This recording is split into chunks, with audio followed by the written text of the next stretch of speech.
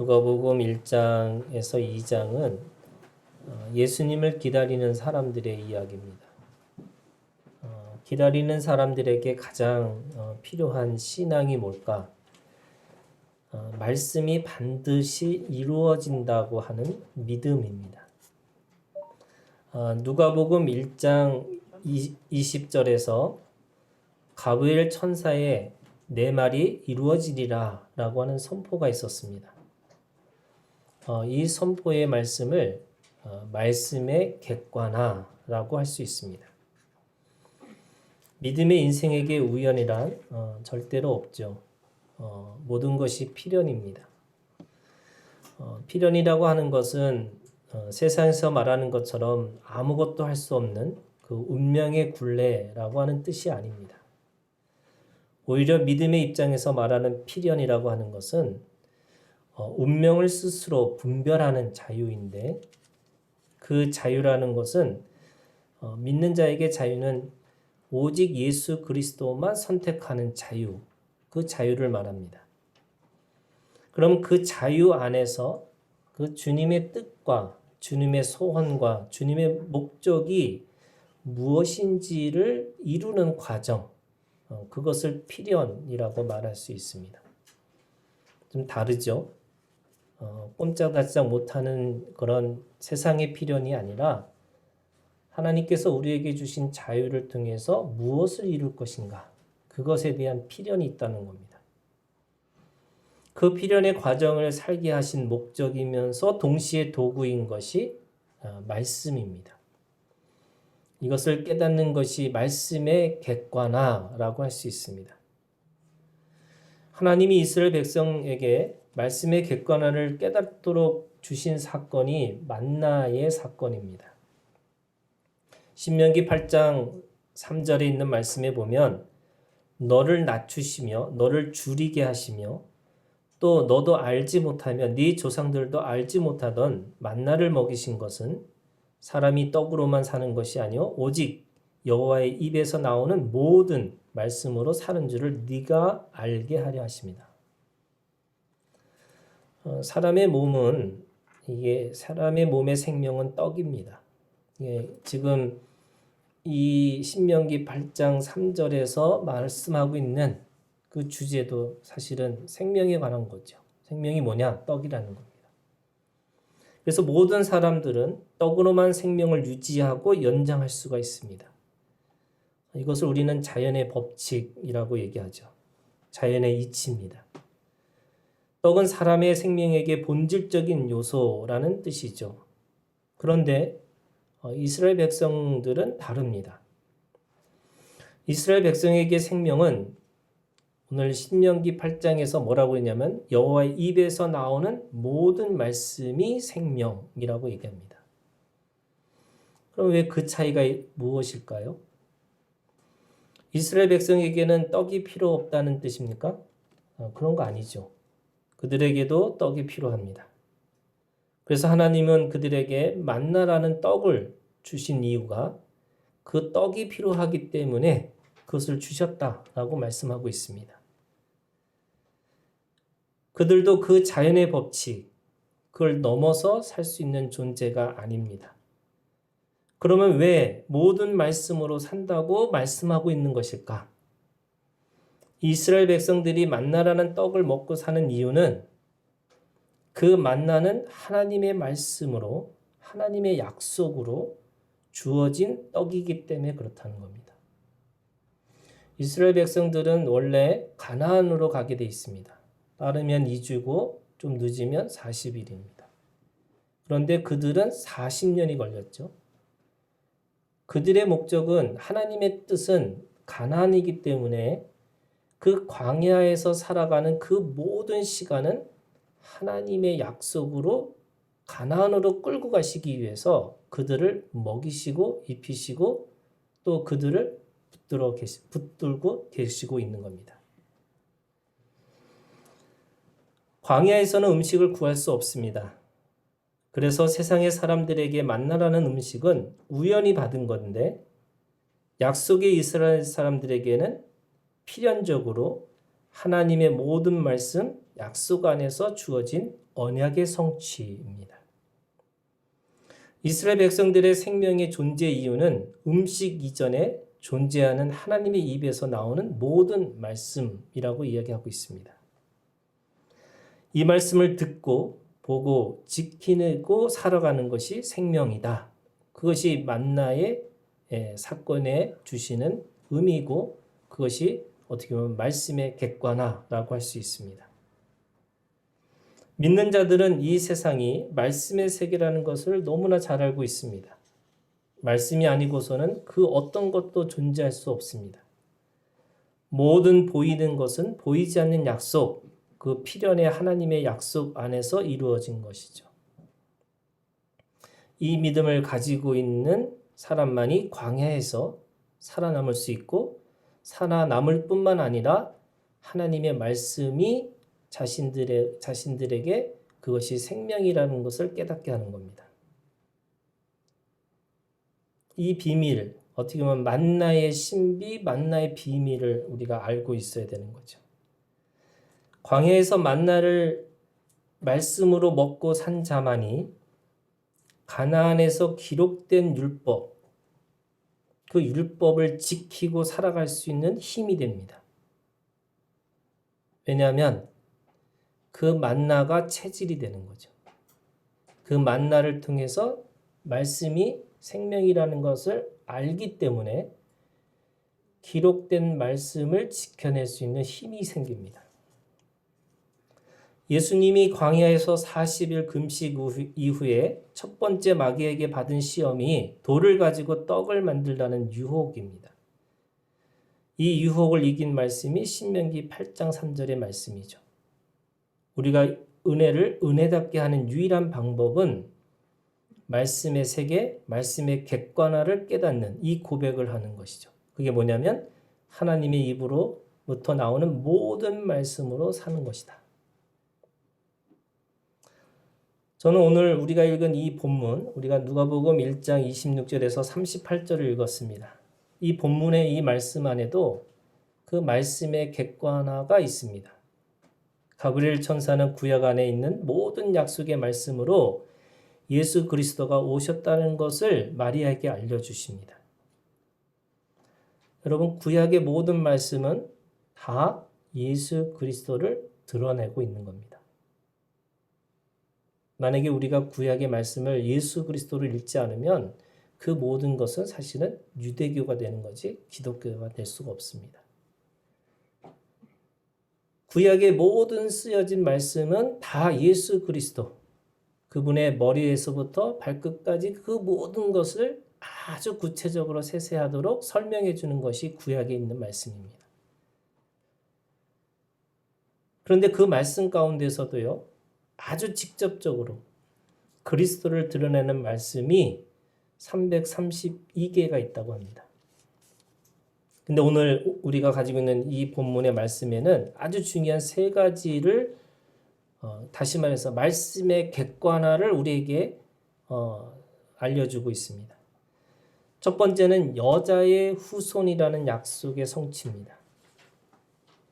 창세기 3장 15절 내가 너로 여자와 원수가 되게 하고 네 원수도 여자의 후손과 원수가 되게 하리니 여자의 후손은 네 머리를 상하게 할 것이요 너는 그의 발꿈치를 상하게 할 것이니라. 창세기 3장에 있는 이 말씀, 이것을 우리는 원시복음이라고 합니다. 아담과 하와라고 하는 이 첫 번째 사람들로부터 이미 말씀을 주신 거죠. 예수 그리스도가 오시겠다고. 이 약속은 4,000년입니다. 예수님부터 아담에까지 4,000년 이후에 그 역사가, 그 말씀이 성취될 것이라고 약속해 주신 거죠. 34절에 누가복음 1장 34절에 마리아의 고백처럼 남자를 알지 못하는 여인을 통해서 그것이 이루어지는 겁니다. 모든 사람은 다 남자의 후손인데 예수님만 여자의 후손이죠. 이 여자의 후손이라는 것은 결국 어떤 거냐면 성령을 통해서만, 거듭난 사람을 통해서만이 어떻게 보면 이 뱀의 원수, 그렇게 살아갈 수 있는 존재가 될 것이라고 이야기하고 있는 겁니다. 이사야 선지자는 그것을 더 분명하게 선포합니다. 이사야 7장 14절에 그러므로 주께서 친히 징조를 너에게 주실 것이라 보라 처녀가 잉태하여 아들을 낳을 것이요 그 이름을 임마누엘이라 하리라. 이 말씀은 27절에 있는 누가복음 1장 27절에 처녀에게 이르느니 그 처녀의 이름은 마리아라 라고 하는 이 말씀, 처녀라고 하는 이 말씀의 성취로 이루어집니다. 두 번째는요. 다윗의 왕이라고 하는 이 다윗의 왕이라고 하는 약속의 성취로 우리에게 분명하게 드러내 주셨습니다. 사무엘 7장 13절 그는 내 이름을 위하여 집을 건축할 것이요 나는 그의 나라 왕위를 영원히 견고하게 하리라. 영원한 왕위 이것이 다윗의 복음이라고 이야기하고 있습니다. 구약 성경에는 복음이 아주 큰 틀의 복음이 아까 창세기에 있는 말씀에 원시 복음이라고 했잖아요. 그리고 아브라함의 복음이 있습니다. 그리고 세 번째는 다윗의 복음이 있습니다. 그러니까 원시 복음이 아브라함의 복음을 통해서 다윗의 복음을 통해서 그래서 나중에 예수 그리스도의 복음까지 이어지는 거죠. 이 복음이라고 하는 것은 어떻게 보면은 기쁜 소식, 좋은 소식인데 그 왜 기쁘고 왜 좋은 소식이냐? 조건 없이 주신 거기 때문에 그렇다는 거예요. 아무 조건 없이 선물로 주신 말씀, 언약입니다.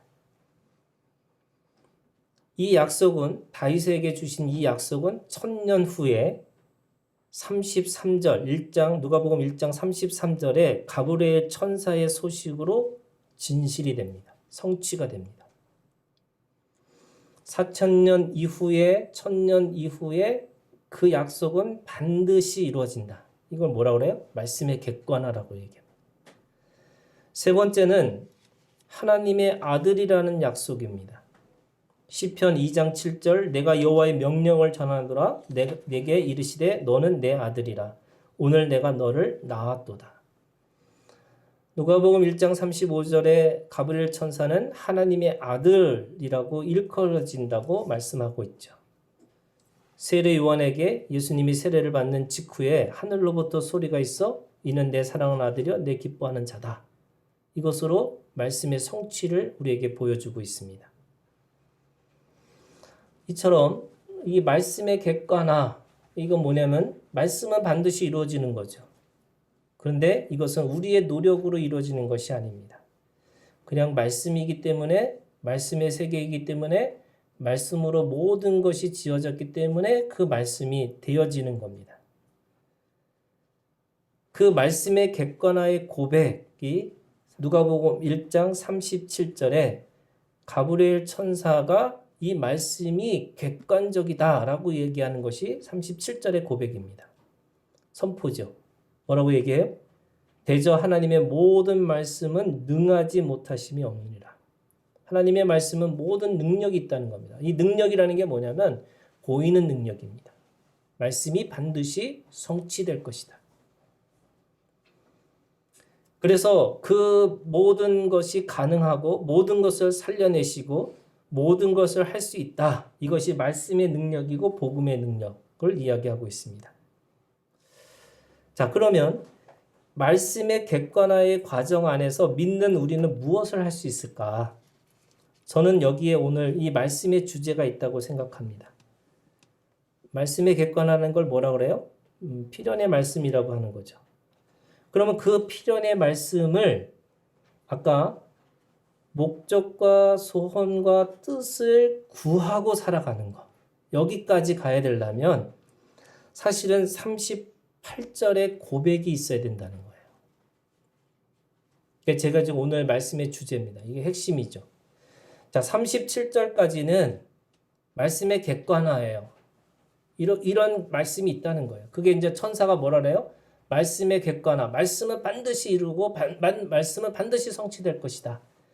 그런데 그 말씀이 오늘 마리아의 고백으로 말씀의 성육신되는 거예요. 그게 38절에 뭐라 그래요? 마리아가 이르되 주의 여종이오니 말씀대로 어떻게 하라고요? 예, 말씀대로 이루어지다가 아니에요. 그 말씀이 객관화된 말씀이 그 말씀의 세계가 있는 그 모든 말씀은 반드시 4,000년이든 2,000년이든 언젠가는 반드시 이루어질 그 말씀이 어떻게 해요? 내게 이루어지다. 여러분 이 믿음을 가지시기를 주님의 이름으로 축복합니다. 이게 뭐예요? 아멘이에요. 여러분 이게 아멘이에요. 많은 말씀, 좋은 말씀 있죠. 어떻게 보면 사랑하라고 그러고 용서하라고 그러고 기도하라고 그러고 다 말씀 있어요. 그런데 그 말씀이 오늘 어떻게 내게 이루어지는 거예요. 내게 이루어지는 말씀으로 사셔야 돼요. 그것이 성육신입니다. 그래서 말씀의 객관화가 말씀의 성육신으로 사시는 거예요. 근데 그 성육신으로 살아간다는 게 뭐냐? 오늘 보니까 이 고백의 시작은요, 마리아가 고백한 것처럼 뭘로 시작하냐면 자신의 정체성이에요. 주의 여종이오니 라고 시작해요. 주의 여종이 뭡니까? 자신의 정체성을 깊이 깨달은 자의 고백입니다. 나의 백성을 위한 바다, 이게 마리아라는 뜻이에요. 나의 백성을 위한 바다. 그러니까 바다와 같은 내 자신이 품을 수 있는 모든 생명을 품기 위해서 어떻게 되느냐? 자신은 하나님 앞에서 아무것도 아닌 주의 여종, 여종이란 종이 뭐예요? 생각과 계획과 그 모든 것들을 다 내려놓고 주인이 마음대로 쓸 수 있는 그 사람이 종이잖아요. 그러면 내가 주님 앞에 종입니다 라고 하는 게 뭐냐면 주님이 주인이십니다라는 것을 선포하는 건데 그 선포가 어디서 오느냐? 오늘 가브리엘 천사가 마리아를 찾아가서요. 3가지의 은혜를 주십니다. 저는 이 3가지 은혜를 받아야지만 자기 정체성을 찾을 수 있다는 거예요. 내가 누구인지, 내가 어떤 사람인지. 첫 번째 28절이에요. 28절에 그에게 들어가 이르되 뭐라 그래요? 은혜를 받은 자요. 여러분 은혜를 받으셔야 돼요. 은혜 받으셔야 돼요. 은혜. 이게 선악과는요. 계속 판단하는 겁니다. 정죄하는 거예요. 옳고 그름 따지는 거예요. 그런데 여러분 은혜를 받으시면 이 선과 악을 뛰어넘어서 살아가는 거예요. 생명을 구하고 살아가는 거예요. 생명을 추구하고 살아가는 거예요. 생명을 내가 갈망하고 살아갈 수 있어요. 이게 은혜를 받은 자야. 그러면 두 번째는 뭐예요? 30절이에요. 30절에 뭐라고 그래요? 거듭해서 마리아에게 다시 말합니다. 뭐라고요? 네가 하나님께 은혜를 입었느니라. 은혜를 입은 자가 되셔야 돼요. 여러분 받는 것으로 안 돼요. 내가 은혜 받았다. 내가 은혜 받았습니다. 그런데 은혜 받는 게 아니에요. 여러분 은혜를 입으셔야 돼요. 은혜를 입어야지 어떻게 보면은 내가 가지고 있는 죄, 내가 가지고 있는 한계, 내가 가지고 있는 그 모든 것에 입은 자가 되기 때문에 그 입은 것 때문에 당당해질 수 있어요. 우리가 잔칫날 그 예복을 입었느냐 안 입었느냐라는 게 뭐냐면요. 그 예복이 모든 사람들한테 최고 옷을 입어야 되는데 어떤 사람은 평상시 거기 가서 사람들한테 그 예복에 참여할 수 있고 그거는 쫓겨난다는 거예요. 모두가 흰 옷을 입었는데 그 한 사람이 거기서 벌거벗고 있는 거예요. 은혜 받는 게 아니라 은혜를 입으셔야 돼요. 그런데 더 한 거예요. 35절에 하나 더 들어가요. 35절에 천사가 대답하여 이르되 성령이 네게 임하시고 지극히 높으신 이의 능력이 너를 어떻게 하라고요? 덮으시리니. 은혜가 덮인 자가 되셔야 돼요. 이 은혜가 어떻게 보면 내가 받고 있고 그것 때문에 어느 순간에 바람 불면 이 은혜가 옷이 확 이렇게 열려요. 그래서 그때마다 여미고 그때마다 다시 움켜쥐고 이렇게 하는 건데 내가 은혜로 덮여지면 내가 누구인지 아주 분명하게 보이는 거죠. 내가 은혜의 사람이에요. 은혜의 사람이니까 주님 앞에 뭐라 해요? 주의 여종이오니 이렇게 하고 들어가요. 자기의 정체성이 분명해집니다. 그 고백 이후에 그는 하나님의 말씀을 뭐라고요? 내 것으로 인정합니다. 그 말씀대로 내게 이루어지다. 아멘이죠. 여러분, 이 아멘의 신앙, 이 아멘은 객관화된 말씀이 내 인생의 주인으로, 내 몸의 주인으로, 내 생명의 주인으로 덮여주는 순간이에요. 그래서 여러분, 아멘이라는 게 굉장히 중요한 거예요, 여러분. 제가 그런 게 우스갯소리로 얘기하잖아요. 양복이, 여러분 양복 멋있어요? 아멘! 하지 마시라고요. 거기에는 우리가 목숨 거는 게 아니에요. 거기에 목숨 거는 게 아니에요. 여러분, 말씀에 목숨 거는 거잖아요. 그러면 그 말씀에 목숨을 건다는 건 뭐냐? 내가 그 은혜의 그 말씀의 그 바다에 들어가서 그 말씀이 내 인생의 주인, 내 몸의 주인, 내 생명의 주인으로 그래 덮여주는 순간으로 내가 그렇게 살겠다고 말씀하는 거죠. 이것이 말씀의 성육신입니다. 우리의 신앙은 말씀의 객관화를 통해서 말씀의 성육신을 이루며 살아가는 것이 영원한 생명의 자리까지 갈 수 있다. 이렇게 말씀하고 있는 겁니다. 여러분, 이 아멘의 신앙이 뭔지 아세요? 이게 몸의 신앙이에요. 몸의 신앙. 아까 만나의 사건이 말씀의 객관화라고 그랬잖아요. 말씀은 반드시 이루어진 거야. 왜? 떡으로 생기는 거니까. 그런데 이 말씀의 객관화가 계속 객관화를 내 것으로 먹으면 만나 먹잖아요. 이 만나를 40년 먹으면 어떤 일이 벌어지냐면 내가 말씀의 몸의 체질로 변하는 거예요. 몸의 체질이 바뀌어야 돼요. 무슨 말이냐면요. 여러분 만나는 하루치잖아요. 사람들이 생각을 해요. 하나님께서 우리를 가나안 땅으로 끌고 가실 거니까 내가 먹고 살아야 되는데 생명을 유지해야 되는데 오늘 주실까? 나갔더니 광야에 갔더니 아무도 모르는 누구가 주는 것도 아닌 그 만나를 보여요. 만나가 보여요. 그리고 만나를 내가 모으는 거죠. 근데 그건 하루치예요. 안식일만 빼놓고는 딱 하루치밖에 없는 거예요. 무슨 말이냐면 매일매일 그 하나님을 믿음으로 말미암아 말씀의 성취를 보는 것이 만나예요. 그래서 그 만나를 먹어요. 먹으면 어떻게 되느냐? 그것이 불신이 내가 가지고 있는 그 어떻게 보면 믿지 않음이 계속 먹음으로 하나님이 살아계시는구나. 하나님 살아계시는구나. 하나님 살아계시는구나.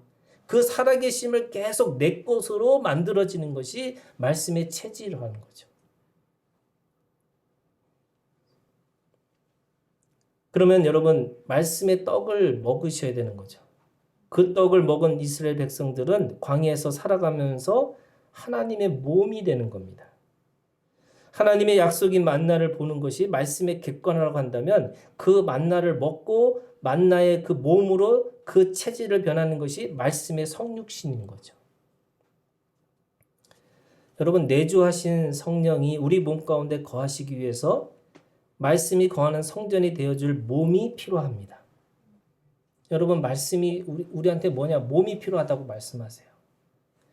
그래서 고린도전서 6장 19절 20절 너희 몸은 너희가 하나님께로부터 받은 바 너희 가운데 계신 성령의 전인 줄 알지 못하느냐?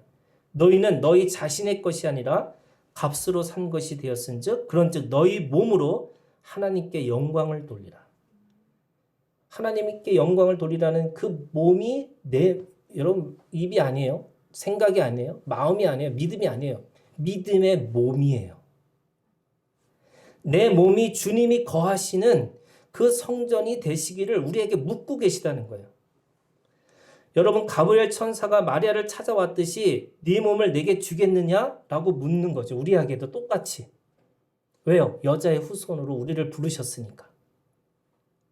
성령님은 우리의 거짓 자와 함께 공존할 수 없습니다. 그렇죠? 내가 가지고 있는 이 자하고 주님이 성령이 함께 계실 수가 없어요.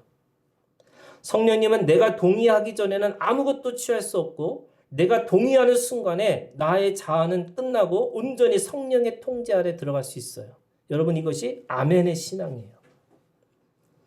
그러면 이 마리아의 아멘의 신앙을 어떻게 이루고 살아갈 수 있을까? 여러분 세 가지 얘기할게요.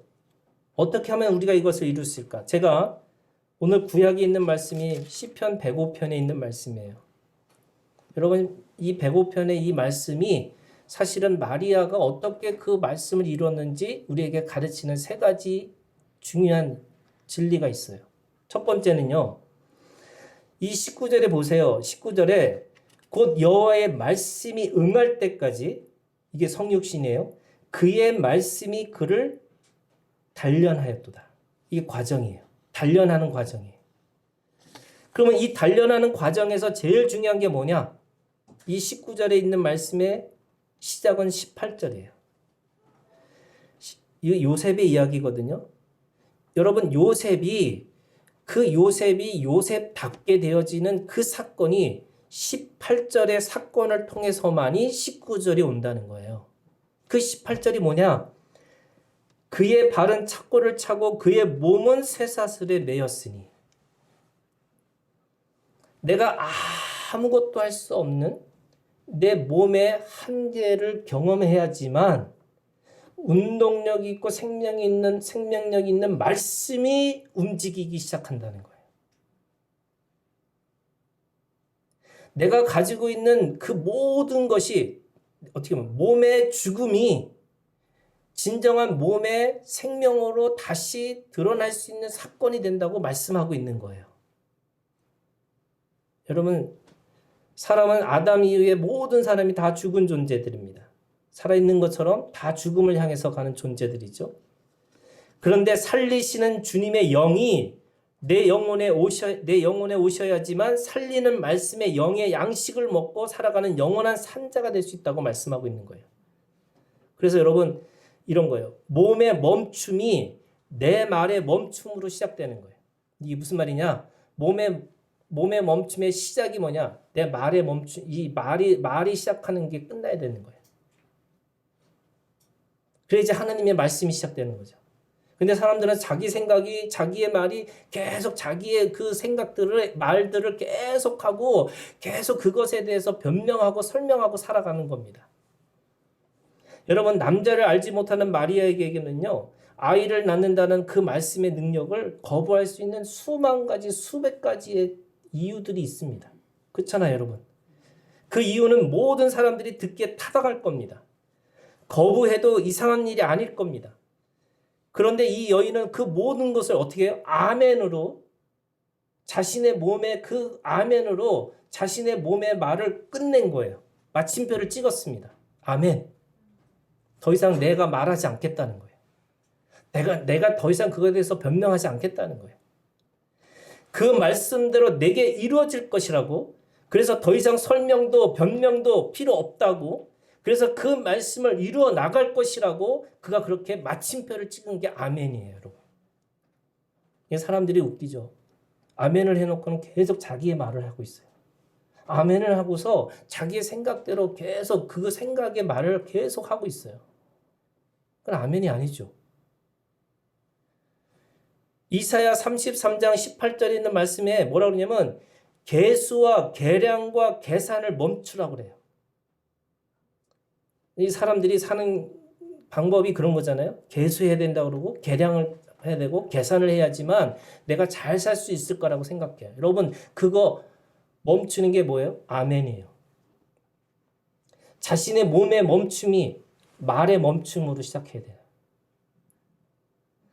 말씀의 하나님이 결코 말씀으로 하지 않고 몸으로 하신 유일한 사건이 뭔지 아세요? 여러분, 창세기 1장에 보면은 계속 하나님께서 말씀하시잖아요. 빛이 있으라, 빛이 있어요. 모든 걸 말씀으로 지으셨어요. 그런데 말씀으로 하신 그 하나님이 절대로 말씀으로 하지 않는 것이 있어요. 그게 뭐야? 십자가입니다. 십자가는 말씀으로 퉁치지 않으셨어요. 죄송한 얘기, 말씀으로 퉁쳤다는 표현이 좀 그렇지만 말씀으로 그걸 끝내지 않으시고 어떻게 하셨어요? 몸으로 자기가 그것을 통해서 다 겪으셨어요. 그게 십자가의 사건입니다. 말씀으로 창조하신 하나님이 몸으로 하신 그 십자가의 사역이 몸의 흔적으로 십자가를 보여주셨어요. 그 몸의 흔적들, 발의 착고와 몸의 쇠사슬의 흔적들이 여러분 그 침묵의 대가예요. 내가 하나님의 말씀이 말씀으로 아멘을 하기 위해서는 내 몸에 착고가 있고 내 몸에 쇠사슬이 꽂혀야지 그에 대한 흔적이 있어야지 아 내가 멈췄구나 라고 하는 십자가가 진짜로 내게 이루어지는 거죠. 두 번째 여러분, 자 아무것도 하지 말라는 그 말씀 안에서 그렇기 때문에 오늘 뭐라고 하냐면 말씀으로 단련한다 이렇게 얘기했잖아요. 이 단련이라는 게 두 가지 의미가 있어요.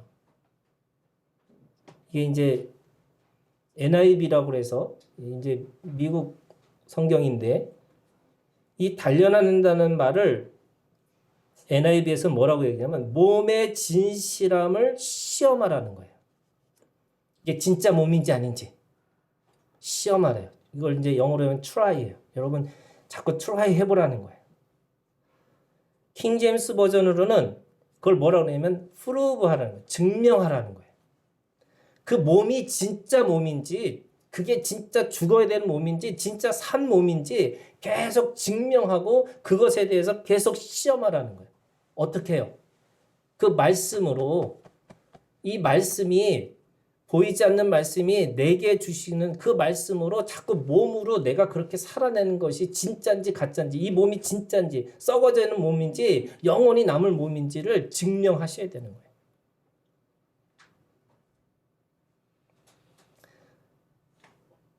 모든 것을 멈추고 말씀이 몸에 바르게 작동하는지를 지켜봐야 된다는 겁니다.